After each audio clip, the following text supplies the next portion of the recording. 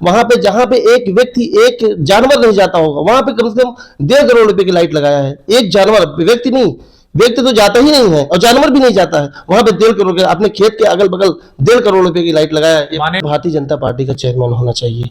और जब तीनों ट्रिपल इंजन की सरकार बन जाएगी, क्योंकि एक छोटा बोर्ड होता है ये भारतीय जनता पार्टी के चेयरमैन कोई भी प्रत्याशी हो, ओमकार गुप्ता हो ना हो, कोई भी प्रत्याशी हो, भारतीय जनता पार्टी कमल निशान पे वोट देकर और अब की बार नगर पंचायत में कमल खिलाने का काम करना है। Audio Jungle।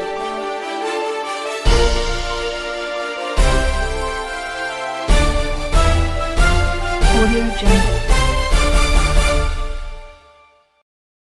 नमस्कार दर्शकों, आप देख रहे हैं अभी समाचार टीवी और मैं हूं अभिषेक उपाध्याय। इसमें लगातार आप सभी को नगर पालिका परिषद का चुनाव नजदीक है, कई वार्डों में जाकर के पब्लिक ग्राउंड रिपोर्टिंग कर रहे हैं, सवाल उसके जवाब दे ले रहे हैं और नगर पालिका के चेयरमैन से भी बाकायदा विकास कार्यों पर जवाबदेही के साथ चर्चा और परिचर्चा चल रहा है। आज इसी कड़ी में अंबेडकर नगर जनपद किछौछा नगर पंचायत पहुंच चुके हैं। यहाँ के एक बड़े ही समाजसेवी चेहरे के रूप में ओमकार गुप्ता जी हैं और अगर देखा जाए तो चेयरमैन पद प्रत्याशी इनकी माता जी हैं श्रीमती शिव कुमारी जी, जो इस नगर के लिए कहीं न कहीं से एक विकास की जो यात्रा है वो जितनी भी कम है या जितनी भी अधूरी है उसको पूर्ति करने का कार्य करेंगे। तो आइए इनसे जानते हैं, बातचीत करते हैं किछौछा नगर के बारे में कि सच में यह नगर किस चीजों से, किस सुविधाओं से भी अछूता है जो यहाँ पे होना चाहिए। सर, मेरे चैनल में आपका बहुत बहुत स्वागत है। बहुत बहुत धन्यवाद आपका। अभी समाचार चैनल के दर्शकों को बहुत बहुत नमस्कार, प्रणाम। धन्यवाद सर, आपका भी आभार। बात अगर करें तो सर क्या नाम है, कहीं न कहीं से देखा जाए तो आप भारतीय जनता पार्टी से अब की बार चेयरमैन पद प्रत्याशी अपनी माता जी का जो है चुनाव यहाँ से लड़ाएंगे। सर अगर क्या नाम है बात करें किछौछा नगर की, तो यहाँ विकास कार्य के नाम पर लगभग जो मौके के चेयरमैन रहे या जो सभासद रहे उनसे क्या कार्य किया गया, क्या विकास कार्य किया गया और वो सच में उस यात्रा को पाई जो होना चाहिए था या वो अभी अधर में फंसी है? बिल्कुल, आपने जो कहा है कि विकास कार्य, एक महत्वपूर्ण मुद्दे को आपने मुझसे पूछा है। जी। तो निश्चित तौर पे किसी भी क्षेत्र का विकास ही उसका धरातल है, निश्चित रूप से। और दूसरी चीज बता दो, जो विकास की बात, सभासदों की गलती नहीं हो सकती है क्योंकि चेयरमैन के पास अथाह पावर होते हैं और सभासद बहुत सारे ऐसी चीजें पड़े हैं जो इस तरीके से हैं जो लंबित हैं। जैसे लोगों से मांग किया कि यहाँ का रोड बन जाना चाहिए, लेकिन नहीं बन पाया क्योंकि प्रस्ताव ही नहीं पूरा हो पाया।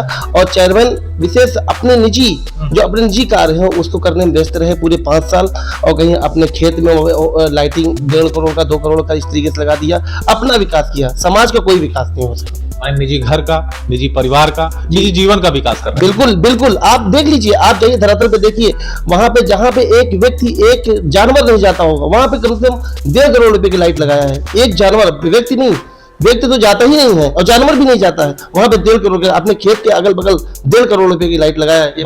माने अगर देखा जाए तो जो आवाम की, किछौछा नगर वासियों की जो सुविधाएं होनी चाहिए था यहाँ के जनमानस के बीच में, वो उनके खेत खलिहान में लगा है। और वो भी बजट अगर बात करें तो 1.5 करोड़ रुपए की लागत से लाइटिंग की व्यवस्था कराया है उन्होंने, प्रकाश दिया है अपने खेतों में। बिल्कुल ठीक है। तो क्या नाम है, जाहिर सी बात है कि जो विकास होना चाहिए वो विकास यहाँ किछौछा नगर को नहीं मिला है। क्या कहना चाहेंगे इस किछौछा नगर के लिए, जो यहाँ क्या नाम है दरगाह शरीफ है, यहाँ से बाहर के पर्यटक पूरे इंडिया से ये नाम जाना जाता है और लोग आते हैं, तो उनकी सुविधाएं, उनके संसाधन के लिए यहाँ पे कुछ है या फिर ऐसे ही चल रहा है? देखिए, सबसे पहले बात, ये लगातार 2-3 बार जीते हैं चुनाव, 3 बार लगभग जीत चुके हैं। 3 राउंड जीते हैं। 3 राउंड जीते, लेकिन इन्होंने कार्यकाल 6 साल इनको मिला है मेरे ख्याल से। बारे कम उम्र की वजह, इनकी पत्नी का कम उम्र था, इस वजह से ये निरस्त हो गया था चुनाव। फिर उपचुनाव हुए, उसमें 1 साल का कार्यकाल रहा, फिर ये 5 साल, पिछले 5 साल चलाए, ये पिछले 5 साल चलाए। लेकिन मैं कहता हूँ, इतने बड़े धार्मिक स्थल, मखदूम उत्सव का यहाँ धार्मिक स्थल बहुत बड़ा धार्मिक स्थल है। यहाँ पे आप देख लीजिए, लाखों जायरीन आते हैं और लाखों जायरीन आने, एक शौचालय, एक सुलभ शौचालय की सुविधा नहीं है। आप देखिए, एक बना हुआ वो भी बंद रहता है 100 पीस में वहां पे, और 2 किलोमीटर दूर, 1 किलोमीटर दूर मान के चलिए, आस्थाना कहाँ पे, वहां से 1 किलोमीटर दूर पे आस्थाना, अंदर कोई भी शौचालय की सुविधा मुहैया नहीं है। ये सबसे बड़ी कमी है जो कि आम जनता के दुश्वारियों का सामना करना पड़ रहा है, सबसे जो सुलभ शौचालय की व्यवस्था। अगर बात करें तो साफ सफाई की क्या व्यवस्था है, क्या स्थिति है यहाँ आपके नगर में सर? देखिए, कैप्टन जो होता है, टीम में 11 खिलाड़ी होते हैं, निश्चित, और कैप्टन उसका प्रमुख होता है। जी, मुखिया होता है। कैप्टन का मतलब, कैप्टन 11 खिलाड़ियों को अपने हिसाब से लगाता है। जी, गाइड अप करता है। गाइड अप करता है पूरी तरीके से। खिलाड़ियों की कमी नहीं है, कप्तान का दिमाग होना चाहिए किस तरीके से हमें कर्मचारियों से काम लेना है। जैसे अध्यक्ष है, कप्तान है, वो यूं मान लिया जाए। तो कप्तान का काम है कि अपने खिलाड़ियों से किस तरीके से काम लेते हैं, तो कर्मचारी तो अपना काम करेंगे, लेकिन अगर कप्तान अच्छा नहीं होगा, अध्यक्ष अच्छा नहीं होगा, तो निश्चित तौर पे काम भी अच्छे नहीं होंगे। तो सफाई की व्यवस्था के बारे में कहते हैं, तो जब अध्यक्ष एकदम तानाशाह रवैया अपनाया हुआ है, उससे कोई मतलब नहीं है, जनता के बीच में जाना नहीं है, किसी से कुछ बोलना नहीं है, मिलना नहीं है, तो फिर कर्मचारी भी उसी तरीके से काम करेंगे भाई साहब। सर अगर देखा जाए तो आपके क्या नाम है इस नगर में क्या नाम है, क्या चीजें ऐसी जो मौके की है जो नहीं है, ऐसा होना चाहिए था, यहाँ ऐसी जरूरत थी जो नहीं है, आपके पूरे किशोर नगर की बात करें? बहुत अच्छा सवाल आपने किया है। निश्चित तौर पे मेरे जहन में था कि एक ऐसा सवाल आपके द्वारा आए मेरे पास, तो बहुत अच्छा सवाल, क्योंकि आप जानते हैं दाउनिया नगर पंचायत लगभग 6-7 सालों से जलकर वसूल रही है जनता से, जो कि 1.5 करोड़ रुपए का 100 पीस टंकी लगभग 10 से 12 साल से बना पड़ा हुआ है, और उसमें पानी लेकिन पानी नहीं है, लोगों तक पानी नहीं पहुंचा है। ये सबसे प्रमुख समस्या है, नगर पंचायत की सबसे प्रमुख समस्या यही है कि 100 पीस में 1.5 करोड़ रुपए की टंकी बन के पड़ा हुआ है, अभी तक पानी मुहैया नहीं हुआ है, जो कि आम जनता कर के रूप में, जल कर के रूप में लोग टॉयलेट को दे रही है। लेकिन नगर अध्यक्ष के शिथिलता की वजह से, लापरवाही की वजह से अभी तक पानी आम जनमानस को मुहैया नहीं हो पाया है।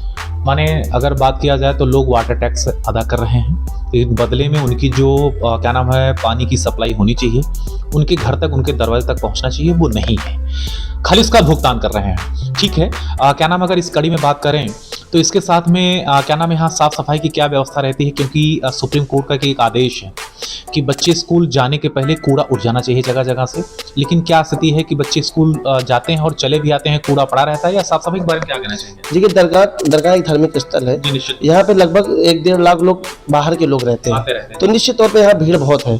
ठीक है, तो भीड़ के हिसाब से यहाँ कर्मचारी तो कम है, क्योंकि अगर आप देख लीजिए पूरी नगर पंचायत की आबादी 24,000 है, लगभग की आबादी वोटर जो है 24,000 है, तो मान के चलिए आबादी 30,000 की होगी, लेकिन यहाँ पे बाहर के लोग 1 लाख लगभग है जो बाहर के लोग हैं, तो ऑटोमेटिक कचरा तो ज्यादा हो गया, समस्या तो होगी, लेकिन कर्मचारी को बढ़ाना पड़ेगा, यहाँ पे विशेष तौर पे अलग अलग कर्मचारी लगाना पड़ेगा।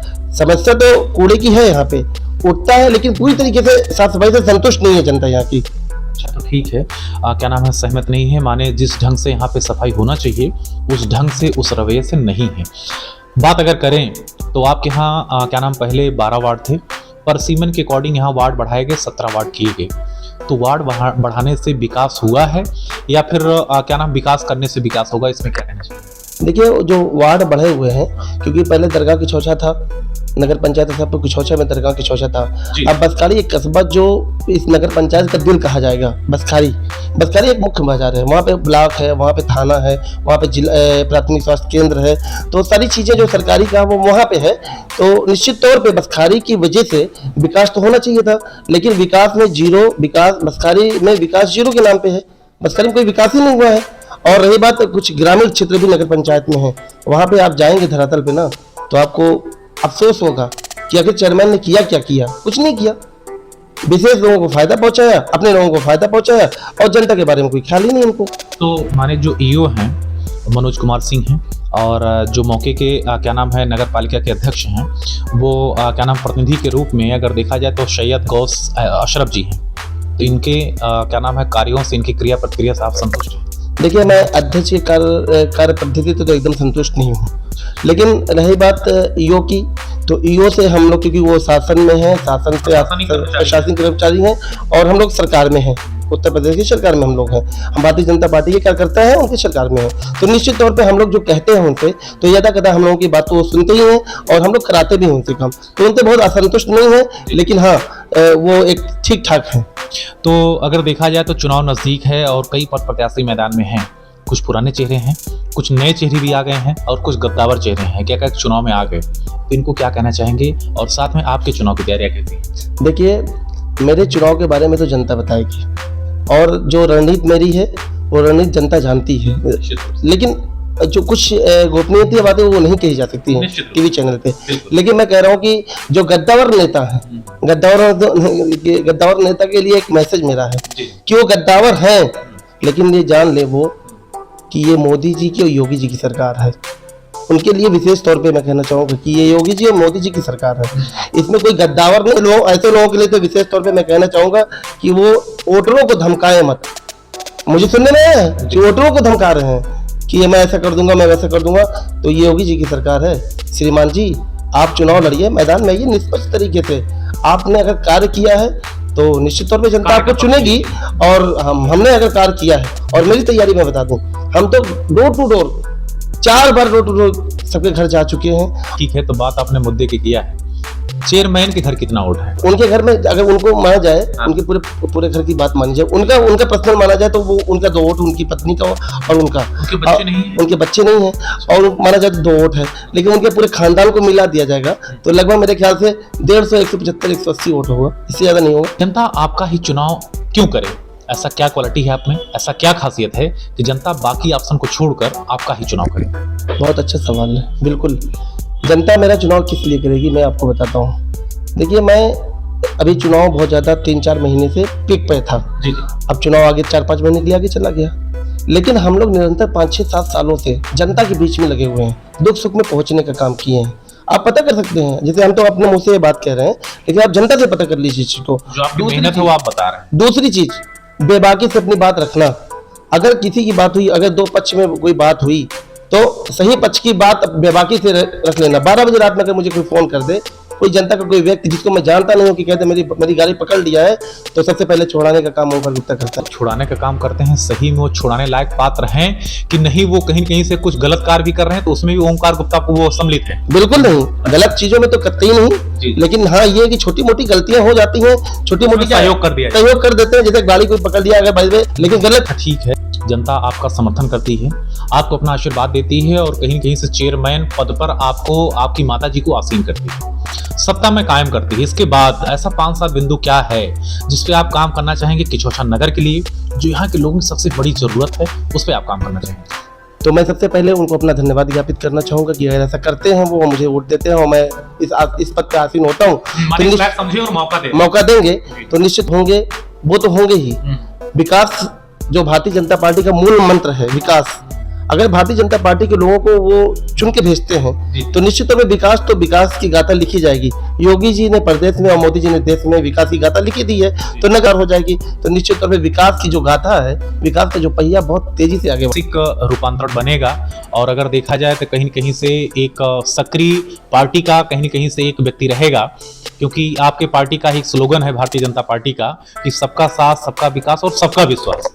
इस पे आप अटल रहेंगे? बिल्कुल। और एक चीज बता दूं कि अभी मखदूम अशरफ है, स्थल है, पर्यटन स्थल भी बनना चाहिए। यही बगल में कमाल पंडित जी का भी एक बहुत बड़ा धार्मिक स्थल है, संत पुरुष है, उनको उपेक्षित किया गया है यहाँ पे। निश्चित तौर पे इसकी इस पर्यटन मैं स्थापित करने का कार्य करूंगा। स्थली बनाया जाए कमाल पंडित जी का भी, जी, लोग बाहर से आने वाले उनका भी देखें, उनको भी जाने और उनका भी दर्शन। बिल्कुल बिल्कुल बिल्कुल बिल्कुल। अच्छा, और क्या क्या कार्य यहाँ रहेगा विकास के नाम पर? ऐसा विकास के कार्यों में जैसे कि मैं बता दूं, सबसे महत्वपूर्ण चीज जो है वो बसखारी में जाम की समस्या एक प्रमुख समस्या है, उसको भी दूर करने का पूरा प्रयास होगा। दूसरी चीज, जो चुंगी वाला जो सिस्टम लगा हुआ है यहाँ पे, एक चुंगी का सिस्टम यहाँ लगा हुआ। चुंगी का सिस्टम क्या है कि चुंगी के सिस्टम में ये है कि आप एक जगह ले लो, एक अस्थायी जगह ले लो, वहाँ पे आप गाड़ी खड़ी करवाओ, वहाँ से आप चुंगी वसूलो। लेकिन आप जब एंट्री करेंगे दरगाह में तो वहाँ पे आपको रोक लिया जाएगा कि आप पहले चुंगी दो।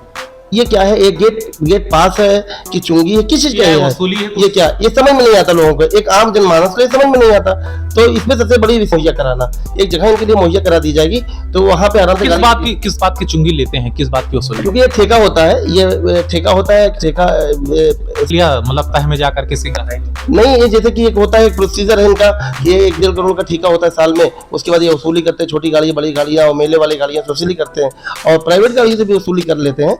लेकिन मैं कह रहा हूँ ठीक है, ये राजस्व का फायदा, कोई बात नहीं, अच्छी चीज है, लेकिन कहने का मतलब इनको एक जगह दें हम।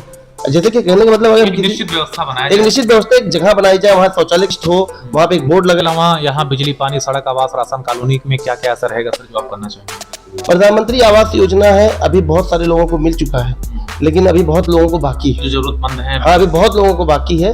तो इस पे मेरा कैंप यहाँ राशन हाँ, कैंप लग के ही सारा काम हो सकता है। बहुत गरीब तबके के लोग कैंप लग के काम हो, उसे वार्ड में कैंप लगा लें, उनका सारी चीजें कर लें, उसके बाद उनका जो भी प्रक्रिया उनको भटकना पड़े और आराम से हो जाए उनका। सर, अगर देखा जाए तो यहाँ एक समस्या आई, हमारी टीम ने आपके 17 वार्ड में पूरा जो है पब्लिक ग्राउंड रिपोर्टिंग किया गया, तो लोगों के सर्वे के द्वारा एक जानकारी हुआ कि यहाँ जो लोग राशन पाते हैं वो वार्ड में ना बढ़ करके बाकी दूरी जाना पड़ता है उनको, तो ये जानकारी है आपको इससे क्या? नहीं, ये पूरी जानकारी मेरे पास क्या है। ये है प्रमुख इसका? समस्या है, अच्छा। क्योंकि अब मैं दरगाह में रहता हूँ, जी जी। तो दरगाह के जितने भी लोग हैं सब कुछ हो जाते हैं, 1.5 किलोमीटर दूर जाते हैं दर्शन लेने के लिए। समस्या है यहाँ की।